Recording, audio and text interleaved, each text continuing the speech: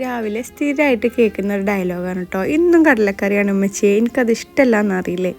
അപ്പോൾ നമുക്ക് ഇന്ന് കടലക്കറി ഒന്ന് മാറ്റി പിടിക്കാം അല്ലേ. കുതിർത്ത് വെച്ച കടല മിക്സിയുടെ ജാറിലേക്ക് ഇട്ട് കൊടുക്കാം. അതിലേക്ക് കുറച്ച് ചെറിയ ഉള്ളിയും 2 പച്ചമുളകും 1 വെളുത്തുള്ളിയും പിന്നെ ആവശ്യത്തിന് ഉപ്പും ചേർത്ത് ഒന്ന് ചതച്ചെടുക്കുക കേട്ടോ.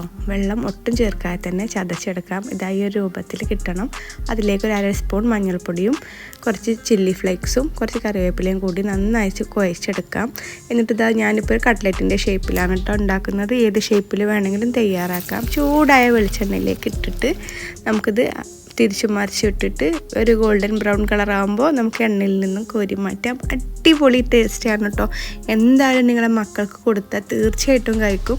കഴിച്ചു കഴിഞ്ഞിട്ട് എൻ്റെ മക്കൾ ചോദിച്ചത് എന്താ അമ്മച്ചി ഇത്ര കുറച്ചുണ്ടാക്കിയത് എന്നാണ്. എന്തായാലേ, അപ്പോൾ എല്ലാവരും പോയി വേഗം ട്രൈ ആക്കിക്കോ. നല്ല ടേസ്റ്റാണ്. പുറമേ നല്ല ക്രിസ്പിയും ഉള്ളിൽ നല്ല സോഫ്റ്റുമാണ് കേട്ടോ. അപ്പോൾ ഓക്കെ, ബൈ.